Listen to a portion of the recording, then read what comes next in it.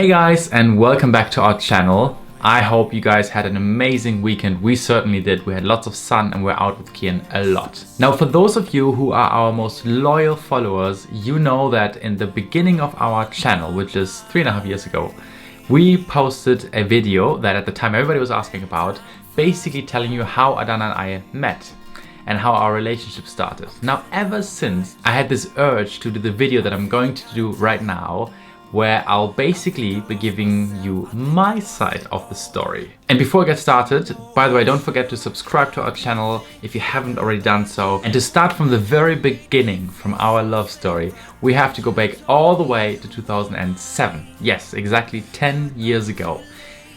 You could almost think I did this on purpose. Now that it's 10 years. That's when I decided to go to university in England, in Norwich to be specific. It was a big step for me at the time. I had never been to England before. I didn't even know the university beforehand, but I was told it was a very good university for the course I was doing there. And yeah, just packed my bags, went there completely alone, by the way. So I was picked up from the airport, arrived, everything was great, and settled in very well and very quickly.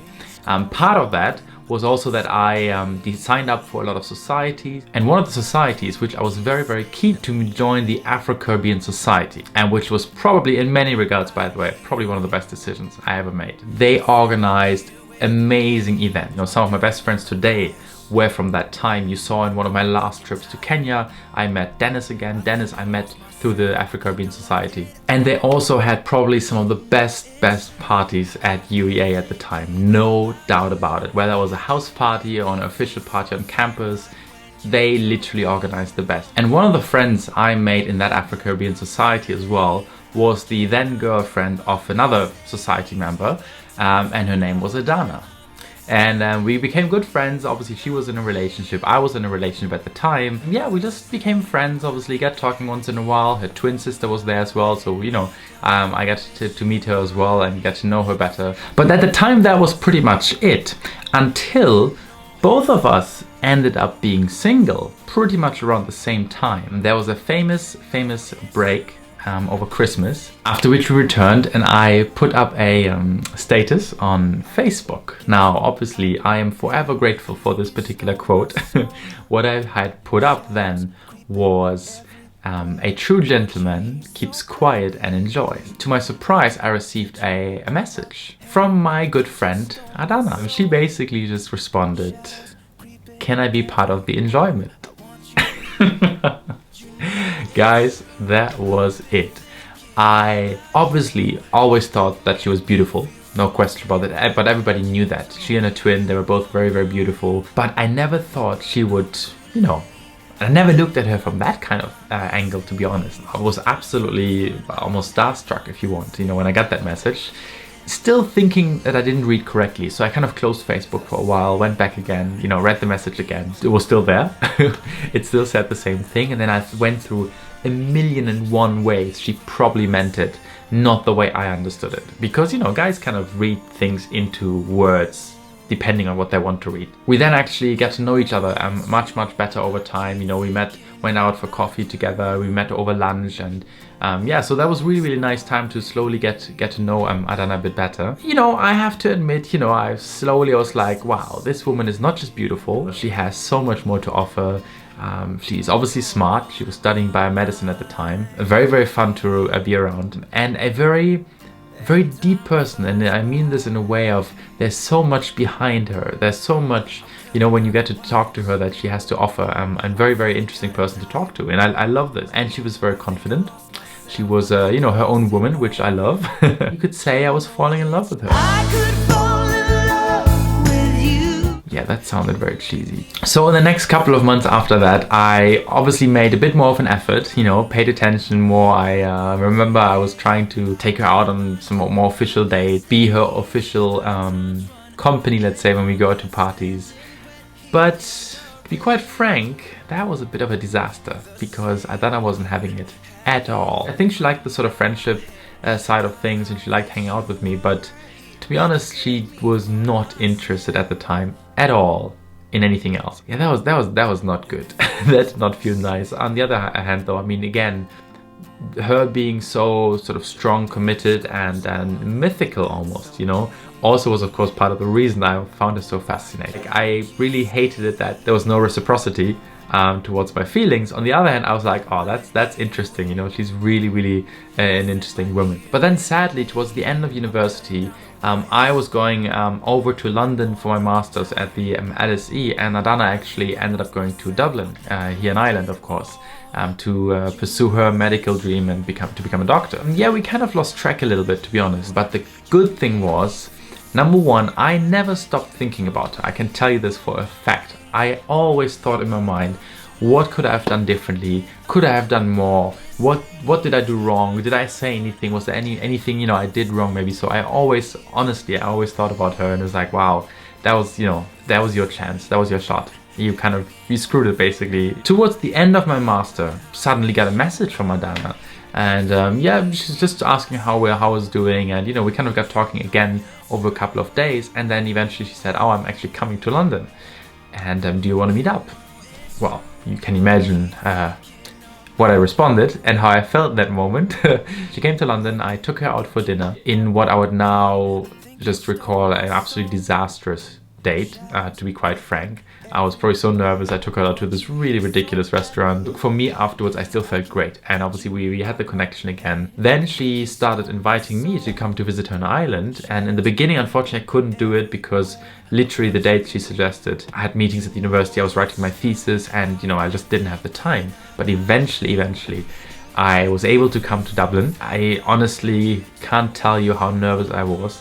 Not only was I going to see her again, now it's, you know, in her home basically. I don't know how many times I changed the outfits I was going to take, and how long I thought about the present I would take her, how long I consulted the guys at the airport about which flowers to buy. Look, at the end of the day, it was absolutely amazing. We spent a great time together, a couple of days that I was able to stay here.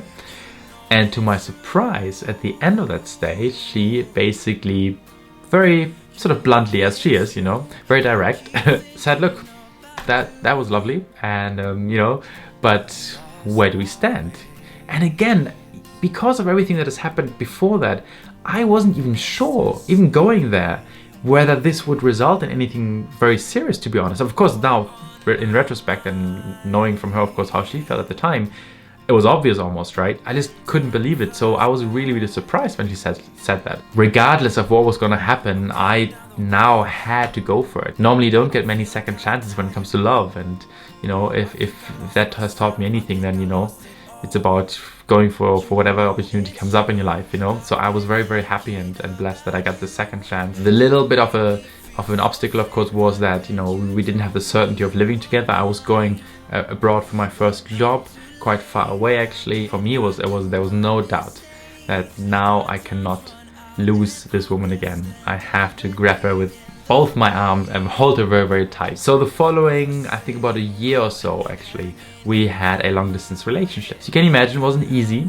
but what I said to, so a lot of people at the time, at work and also my friends back home, always ask me like, how come you guys just got together? You know, you're exploring all these things, you're seeing all these people, you're all over the world now. Like, why are you know, holding on to this one woman in Dublin? And obviously nobody else will understand other than you, right? In my mind, there was no doubt that I will do whatever it takes to give this a real chance. So at least, if God forbid, it wouldn't have worked out, at least I can say I've gave it my all, I've tried.